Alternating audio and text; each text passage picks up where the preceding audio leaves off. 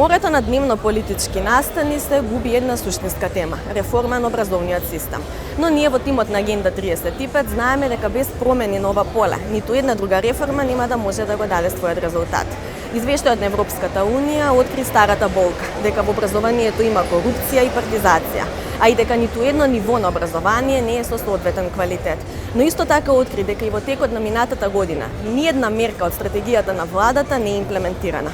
Агенда 35 го анализира извештајот на Европската Унија во делот на образованието. А исто така откривам еден парадокс. Во оваа држава има се повеќе факултети, се помалку дипломирани граѓани. Останете со нас. Во оваа емисија ќе гледате. Европската Унија забележува дека стратегијата за образование 2018-2025 е донесена само на хартија. Заменикот министер Петар Атанасов во разговор за Агенда 35 признава: Брисел е во право, ни фалат и закони и документи, ама ни фали и лидерство во реформите. Анализа на Агенда 35: се повеќе отворени факултети, се помалку дипломирани граѓани. Зашто всушност служат македонските високообразовни институции? Интервју со Кирил Барбареев, проректор за развој и одржување на Универзитетот Гоце Делчев Штип. Не може државата да не знае каде ќе студираат најдобрите, талентираните во делот на природните науки, во делот на општествените, на хуманистичките науки. Тоа е оставено на инерцијата што ќе се случи на денот кој студент каде ќе заокружи да студира. Останете со нас. Вкупно 125 факултети има во земјава. Пред 10 години имало 75, што значи дека за една деценија се отвориле 50 нови факултети. Од нив плюс 37 приватни и 13 државни. Во истиот период пак бројот на запишани и дипломирани студенти се намалува. Ако во учебната 2007-2008 година 64.254 средношколци го продолжиле своето образование на некој од факултетите, минатата учебна година бројот на запишани студенти е намален за 11% и изнесува 56.941.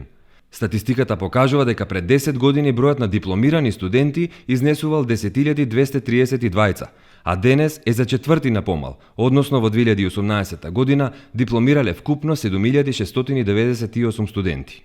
Овие поразителни податоци за состојбите во високото образование логично го наметнуваат заклучокот дека така наречената реформа факултет во секој град, што е почна претходната власт пред 10 години, воопшто не ги даде очекуваните резултати. Напротив, анализата на податоците за последните 10 години покажува дека на пазарот воопшто немало потреба од отворање нови факултети, бидејќи бројот на студенти постојано се намалувал. Овие бројки покажуваат дека ерозијата на квалитетот во македонскиот образовен систем се случува систематски со години, а една од главните причини е токму дисперзијата на разни факултети со сомнителен квалитет, програма и филтри за кадрот што поминува низ нив, а завршува како група магистри, па дури и доктори на науки, од кои четвртина седат дома без работа. Професорот од Машинскиот факултет, кој што беше и кандидат за ректор на Универзитетот Свети Кирил и Методи Атанас Кочов, вели дека квалитетот на високото образование опаѓа со години, а една од причините според него е токму во квантитетот.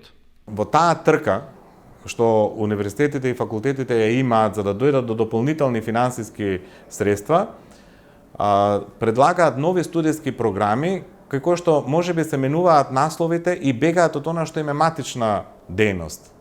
Значи, воведување, на убави наслови кои што содржат во себе управување, менеджмент и така натаму.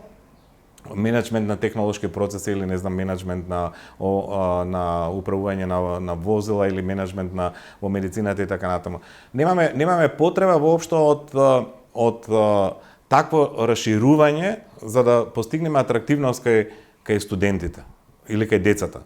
Новата генерација со новите технологии бара сосема нов пристап. Кај нас, за жал, во државата не се пратат современите текови во светот. Едноставно, високообразовниот систем се смета за нешто што може би за некој бизнис, меѓутоа тоа треба да биде чисто она што значи образование, наука и истражување. Бидејќи на крајот од денот, ако не постои добар производ, кој што завршил факултет, кој што е добро едуциран и кој што е спремен за да истапи пред малите и средни предпријатели и пред големите фирми со своето знаење, истото тоа да го имплементира, не можеме понатаму да очекуваме и добар индустријски развој во државата.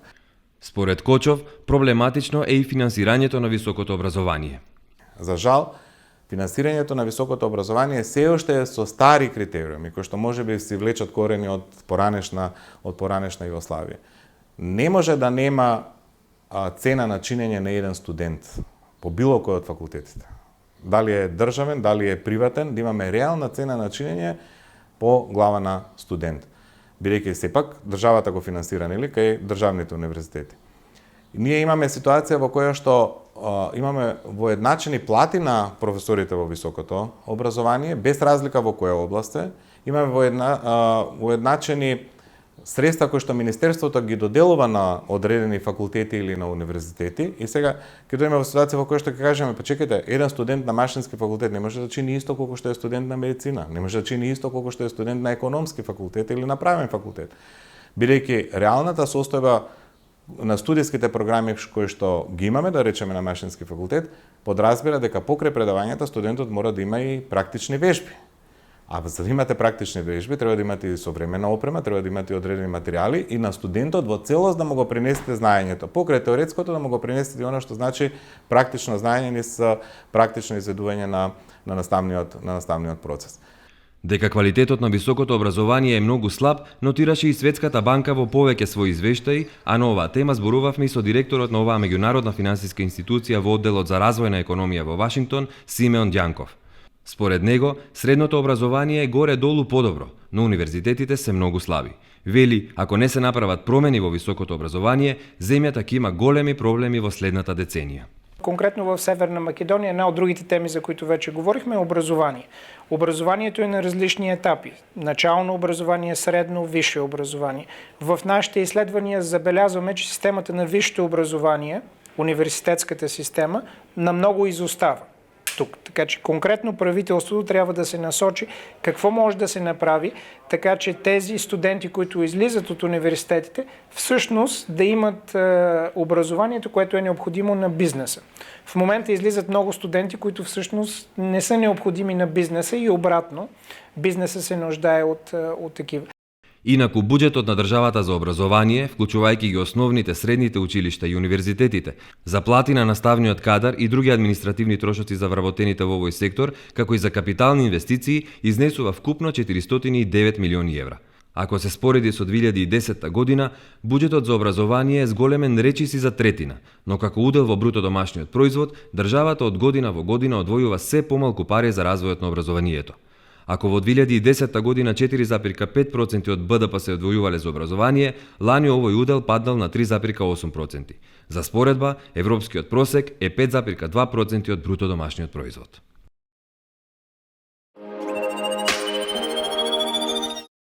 Земјата е умерено подготвена во областа образование, е генералната оценка на Европската комисија за напредокот во поглавието 26 Образование и култура.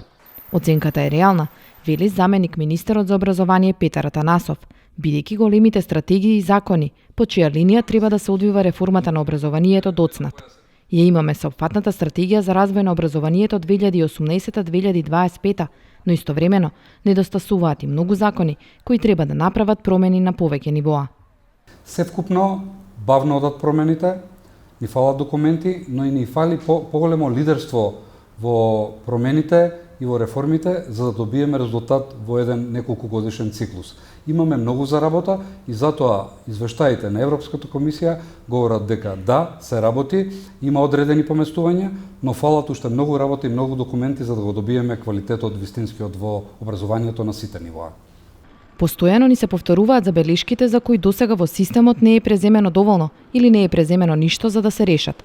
Такви се забелешките за етничка сегрегација во образованието, слабите резултати во вклученоста и квалитетот на образованието на децата со попреченост, низок степен на вклученост на децата во предшколски установи и образованието на децата роми. За да се промени оваа слика, потребно е носење на многу закони, почнувајќи од закон за учебниците, па се до законот за средно образование, преку кој соодветно ќе се одговори на овие прашања. Но да не се лажиме. Ниту еден закон не донел поместување доколку нема храброст и доколку не се вложат луѓе, проекти и доколку не ги интензивирате процесите на спроведување на законите. Многу повеќе ќе треба да работиме внатре во законските решенија и на терен, каде што ќе мора да работиме директно со училиштата, со наставниците, но и со професорите и родителите на децата. во еден таков поинтензивен развој и процес и спроведување на закони можеме да направиме многу промени. Но морам да напоменам дека Европската комисија, Европскиот совет, евроинтеграциите не се процес во кој они ќе ни ги дадат законите и дека по тие закони треба да работиме. Секоја европска земја има сопствени закони и сопствена филозофија. Државите кандидатки сами треба да ја креираат политиката во образованието, но тие политики треба да бидат градени во насока на целта на Европската унија: обезбедување еднакви услови за стекнување вештини потребни за вклучување на младите во општествените процеси. На што се треба да обрнеме внимание? Но ние ќе мора во нашето образование да обрнеме внимание во промена на филозофијата на образованието во пониските нивоа, ќе мораме да вложиме повеќе во средното образование, особено во средното стручно образование, каде што недостасува пракса и учење преку работа, но ќе мораме да ги имплементираме многу побрзо органите што се наведени во Законот за високо образование, но и промената и работата со наставници. Мораме да му го вратиме статусот на наставниците преку по-храбри чекори, поголема инвестиција во таа професионална кариера на наставниците, но и да им дадеме повисок статус во насока на по-високи примања, но и по по-храбра поддршка на нивната автономија. Има, значи, овие неколку процеси, доколку заедно ги спроведеме, можеме да направиме промена, но во еден сојуз помеѓу наставниците, институциите, но и самите деца и нивните родители. Европската комисија го поздравува донесувањето на Законот за високото образование, но забележува дека се доцни со формирањето на телата за оценување на квалитетот на високообразовните институции, кои се намножија во изминатите години.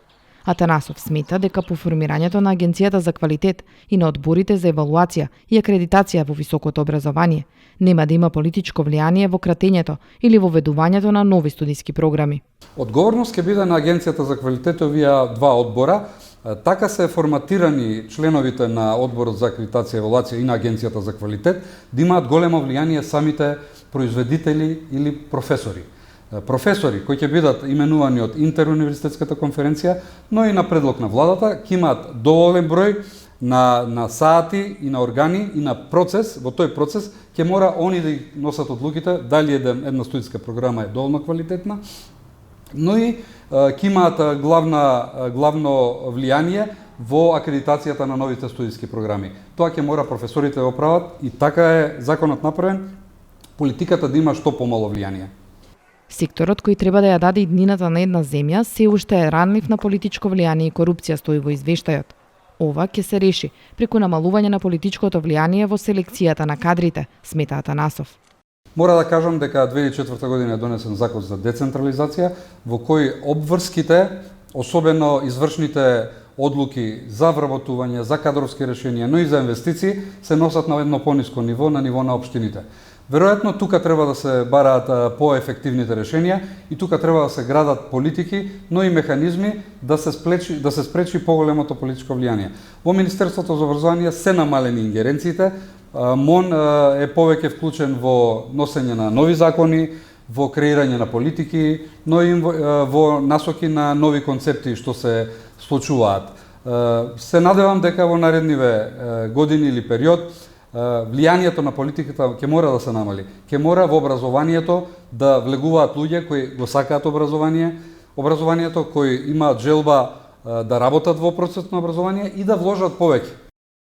Во однос на забелешката на комисијата дека земјава одвојува 3,8% од БДП за образованието, Атанасов смета дека е потребно најпрво да се направи темелна анализа како се трошат овие пари, а потоа да се направи нивна реалокација во обезбедување подобри учебници, по квалитетна обука на наставниците, опремување на кабинетите и инвестиции во нови програми во наставата, кои ќе ја вратат атрактивноста на образованието на сите нивоа.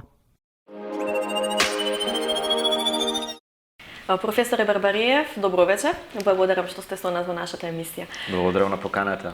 Ви благодарам и вам. Образованието е една комплексна и навистина широка тема. Во извештајот на Европската Унија нотирани се неколку забелешки и од аспект на вечното прашање со партизација, од аспект на недоволна достапност на образованието до сите дечиња, меѓутоа и до самиот квалитет на образованието. Па се вели дека секое ниво на образование е со слаб квалитет.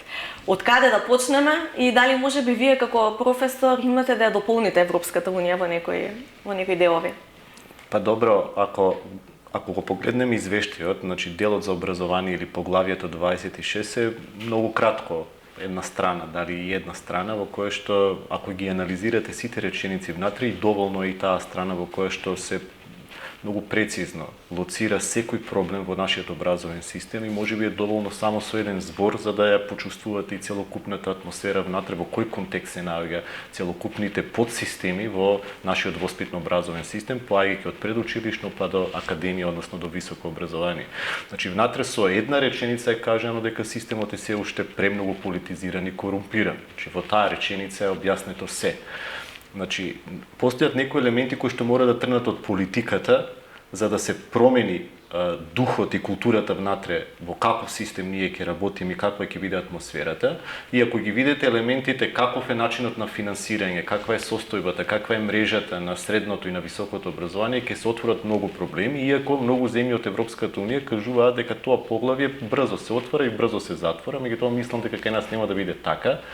Првата причина зошто ќе биде така е заради предолгиот временски период на лоши околности во кои што се наоѓа целокупниот воспитно образовен систем. Квалитетот е дефинитивно спуштен на најможното ниско ниво.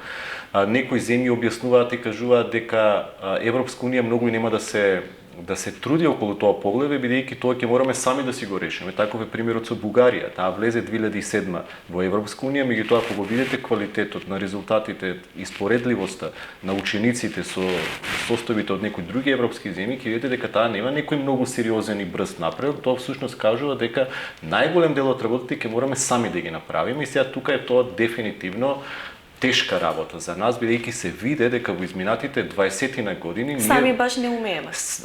Не би рекол дека не умееме, мислам дека тоа подрачје премногу го контролира политиката и мислам дека првата умна држава, умна влада би инсистирала тоа поглавје да го отвори заедно со поглавјата кои што треба да се отворат први. Значи тоа е правда, безбедност, веројатно. Моја сугестија е да го отвори поглавјето образование веднаш, заради тоа што тоа ќе трае.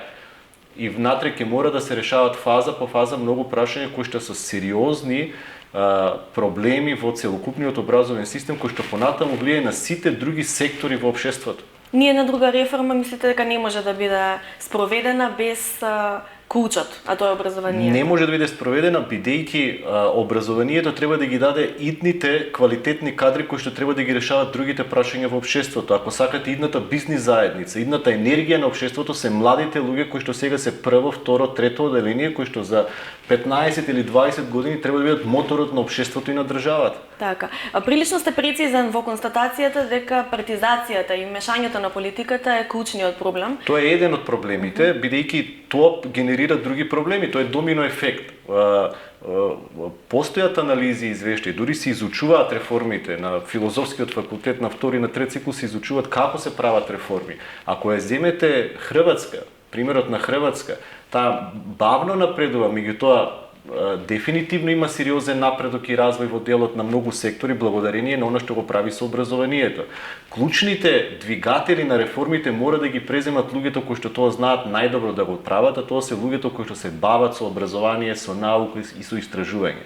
Државата мора да креира образовни политики во кои што ќе создаде контекст и култура на така наречена споделена одговорност. Тоа значи каде ќе биде одговорноста и каде државата ќе ја дава целата логистика и создавање на атмосферата, каде науката ќе го дава знаењето како тоа да се направи, како ќе се вклучи бизнис заедницата внатре, бидејќи клучните извештаи на Европска Унија кажуваат дека иднината на она што ќе се случува денес во светот е како да се направи мрежата на универзитетите, односно образованието, истражувањето и информатичко-технолошкиот напредок, односно развој на општеството. Во тие три елементи е всушност клучот на решавањето на сите проблеми. Политиката мора тоа прашање да го даде и да го решава заедно и тука не треба да се создава кај нас контекст дека ние сите работиме нешто посебно, туку треба да се создаде еден дух дека сите заедно, и политиката, и универзитетите, и бизнис заедницата, целокупното општество, невладениот сектор, медиумите, мораме да влијаеме да го подигнеме нивото на образованието. Но за тоа треба првенствено политичка воља, што гледаме дека низ годините наназад ја нема. Многу влади, сите влади досега секторот образование го се однесуваат толку ноншалантно кон него со политички пазари постојано. Како мислите дека воопшто ќе може од каде да извира оваа политичка Еден воља? експерт кој што е еден од креаторите, еден од клучните луѓе кои што работи на PISA истражувањето и испитувањето на средношколците во проектот на ОЕЦД, всушност дава одговор зошто политиката е толку инертна на реформите во образованието. Искуството во многу земји кажуваат дека всушност политиката знае дека од образование не се добиваат избори, но од образование се губат избори. И таа е тука многу внимателна, бидејќи најмалите поместувања, ние видовме 2015 година со најмали поместувања, со нови закони, со некои елементи каде што не е тоа толку јавно, транспарентно. Видете што се случи со општеството, какви движења почнаа да се... Избици на незадоволство воопшто беа. Тука мора да се направи студентите. друг пристап. Пристапот е така наречена мрежа на институции кои што заедно ќе тргнеме во создавањето на ново ниво на воспитно-образовен систем, а тоа е промена на парадигмата. Тоа значи дека ние во нашата држава мора да се отвори прашањето дали оваа мрежа на високообразовни институции е потребна. Дали треба да има толку факултети? Дефинитивно не. Дали треба да има таква мрежа на средни училишта и на средно стручно образование и на дуално образование кое што се создава? Тоа е добро.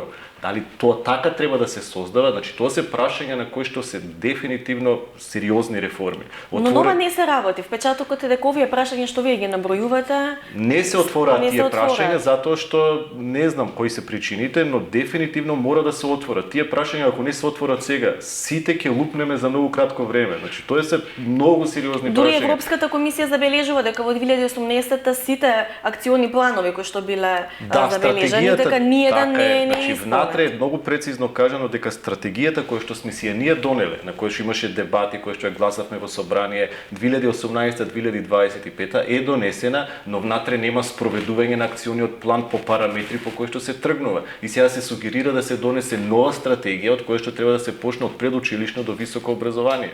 Така да И ние сме заглавени во процес на напишување стратегии постојана без Мислам дека кај политиката нема јавност и транспарентност, нема визија за трансформација на системот, а од друга страна и кај нас во фелата нема јасни ставови.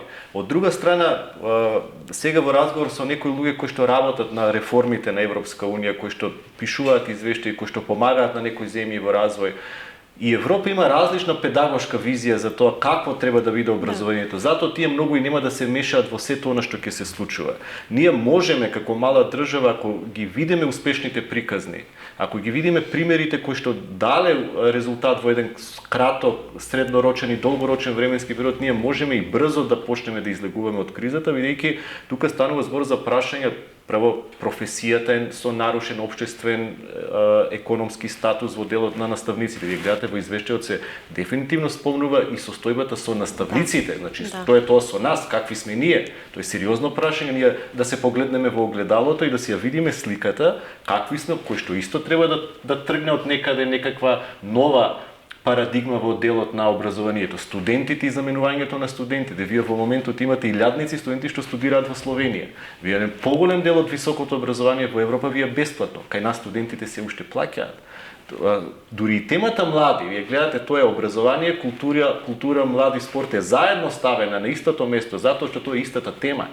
Едно без друго, да. Едно без друго не може, вие не можете младиот човек да биде мотивиран ако тој додека студира и не се финансира од некаде. Вие не можете да имате вакви уписи на високо образование. Еве сега ќе бидат конкурсот уште не е излезен, меѓутоа во август ќе има уписи за факултет.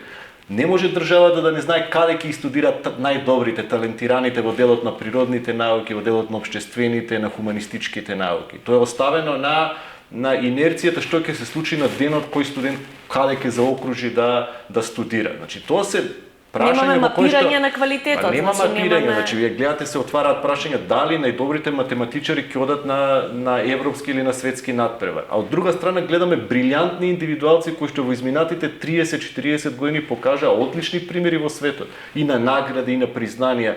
Пред десетина години, можеби нема уште десетина години, освоивме најдобра награда со поврзување на традицијата на така наречените бабини игри со Microsoft. Тоа беше светска награда. Тоа го направи наши наставници од Крива Паланка, од Скопје, од Штип, од Битола. Значи, станува збор за дали системот ќе создаде концепт на мотивација, на атмосфера. Ние сите да почувствуваме дека ќе почнеме да го реформираме ова во кое што сите сме вклучени. Односно, како индивидуалниот интерес, мојот личен интерес да стане интерес на институцијата.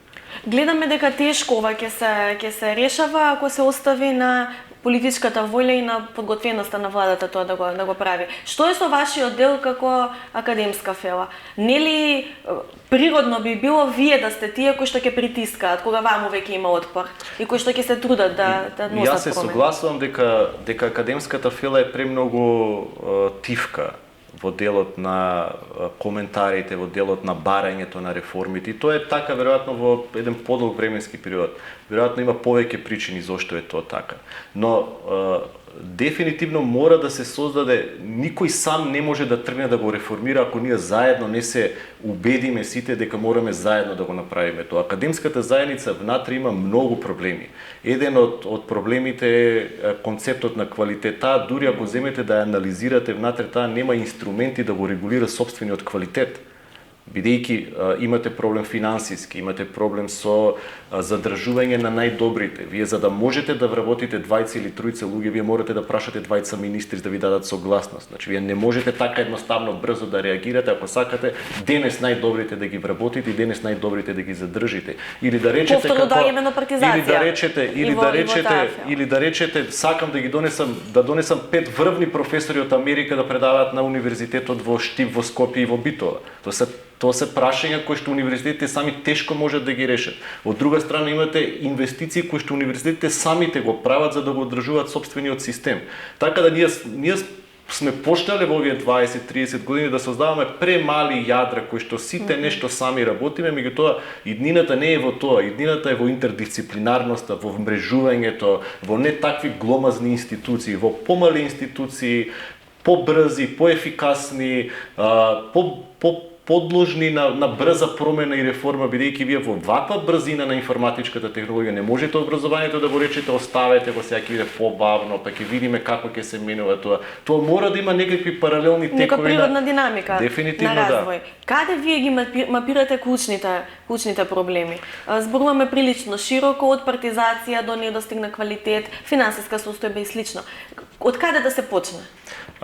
Постојат два момента кои што се различни од каде треба да се почне. Тоа е структурата на системот и процесот на системот. Структурата на системот се инфраструктурата, условите за работа, наставните планови и програми, вработувањето, новиот концепт на мрежа на средни училишта, на високо образование. Тоа е едното ниво.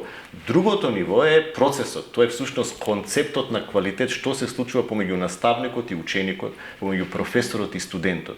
Тоа е другото ниво на реформа кое што мора да оди заедно со оваа реформа. И вие не можете да направите добра реформа во процесот ако немате услови за работа, ако немате лаборатории, ако немат каде студентите тоа после наставата и вежбите да можат да го видат во општеството, во системот, ако не ја вклучите бизнис заедницата.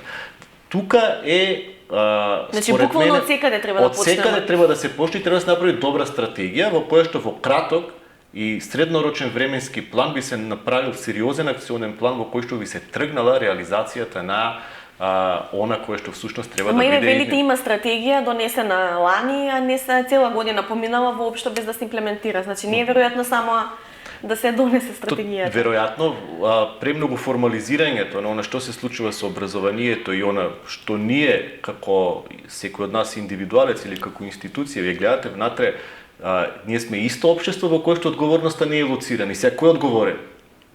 Еве во извештајот пишува дека не сме ја спровеле, не сме пристапиле по акциониот план. И се ако земете вие внатре да барате одговорност, вие на крај ќе видите дека не можете да ја персонализирате одговорноста и на крајот пак завршува тоа, па требаше сите да го направиме тоа. Значи, сериозна држава, сериозен концепт за реформа, прави сериозна мрежа на тоа кој е одговорен како институција, како поединец, како значи тоа е. Мислам дека овие теми за кои што разговараме многу добро ги знаат и луѓето кои што ги водат министерствата и луѓето кои што работат на универзитетите. Станува збор за, според мене, поголем е проблемот во создавањето на клима, во создавањето на атмосфера и тоа мора да го направи тоа Министерството за образование. Тоа мора да се професионализира и они мора да ја дадат атмосферата. Тие мора да го дадат духот како ние внатре сите ќе тргнеме во трансформацијата на она што ќе биде систем и целосно поинаква мрежа на студиски програми, на универзитети во државата. Ги споменавте универзитетите и целата таа мрежа. Еден од клучните проекти беше универзитети во помалите градови. Многумина го критикуваа, со право се покажа дека ефектите се никакви. Како вие го гледате овој концепт на толку многу универзитети? Споменавте пред малку дека не ни требаат толку многу насекаде.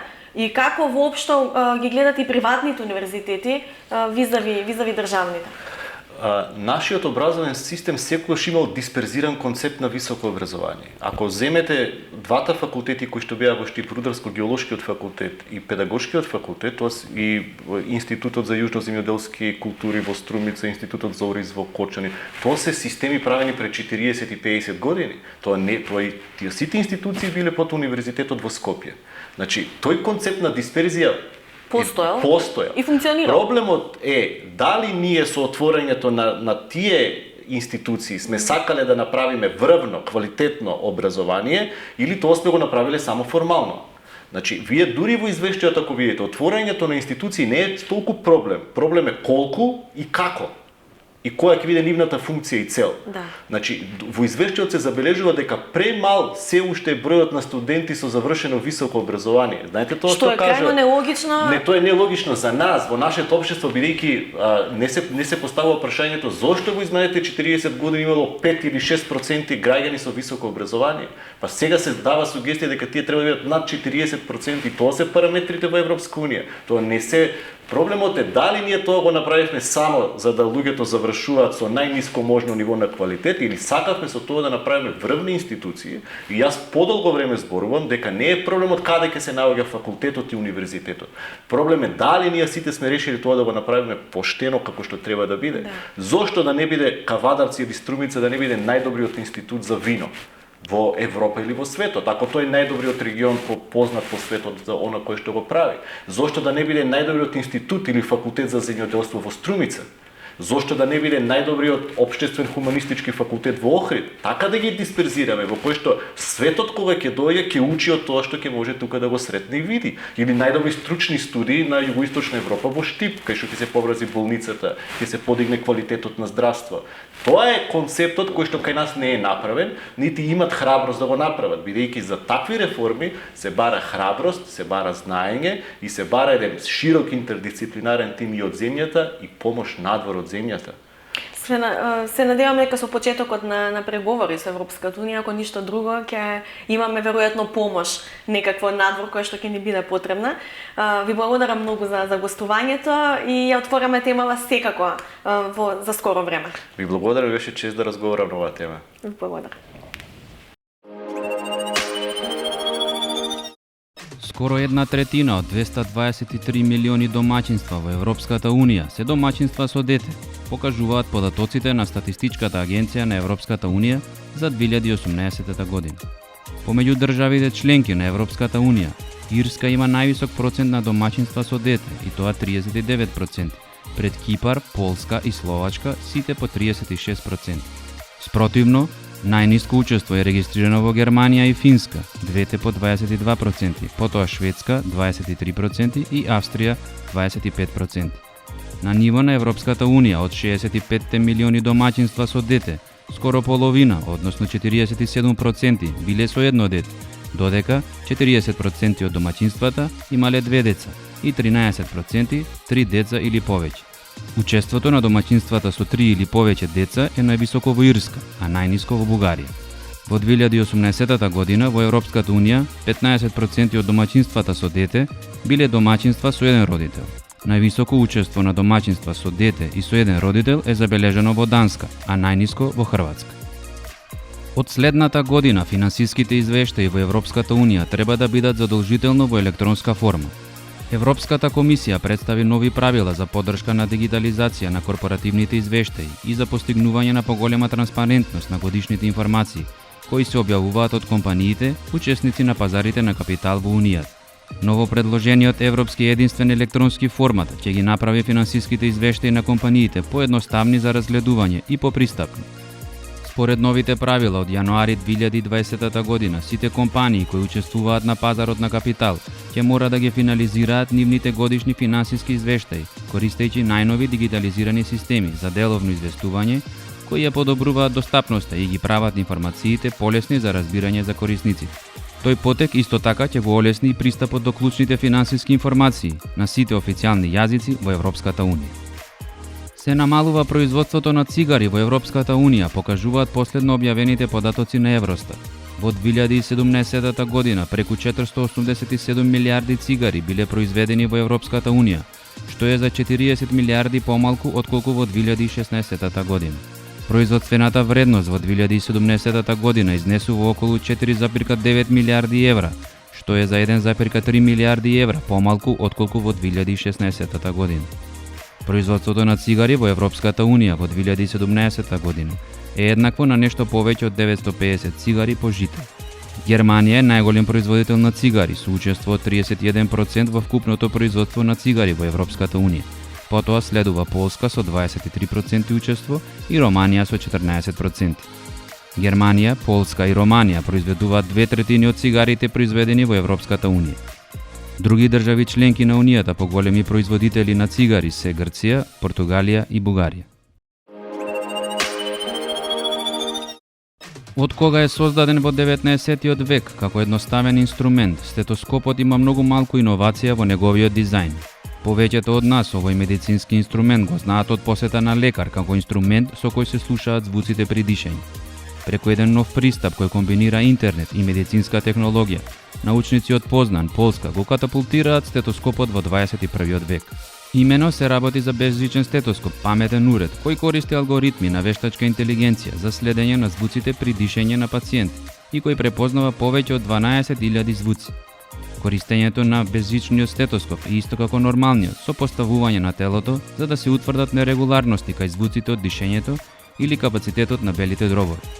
Овој иновативен стетоскоп им овозможува на родителите да ги прегледаат своите деца и да ги испратат податоците на доктор без да го напуштат домот. Сепак, беззвучниот стетоскоп не може и не го заменува докторот, а намерата е само да му помогне да направи подобра диагноза.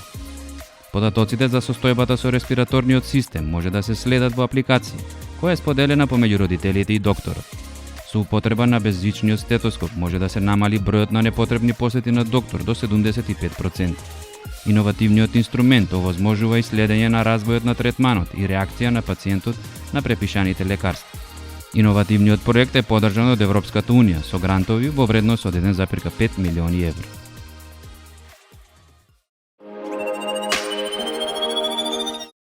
Следната недела се гледаме со друга тема. Следете не тука во 20 часот и 15 минути или на нашите официјални Инстаграм и Фејсбук профили.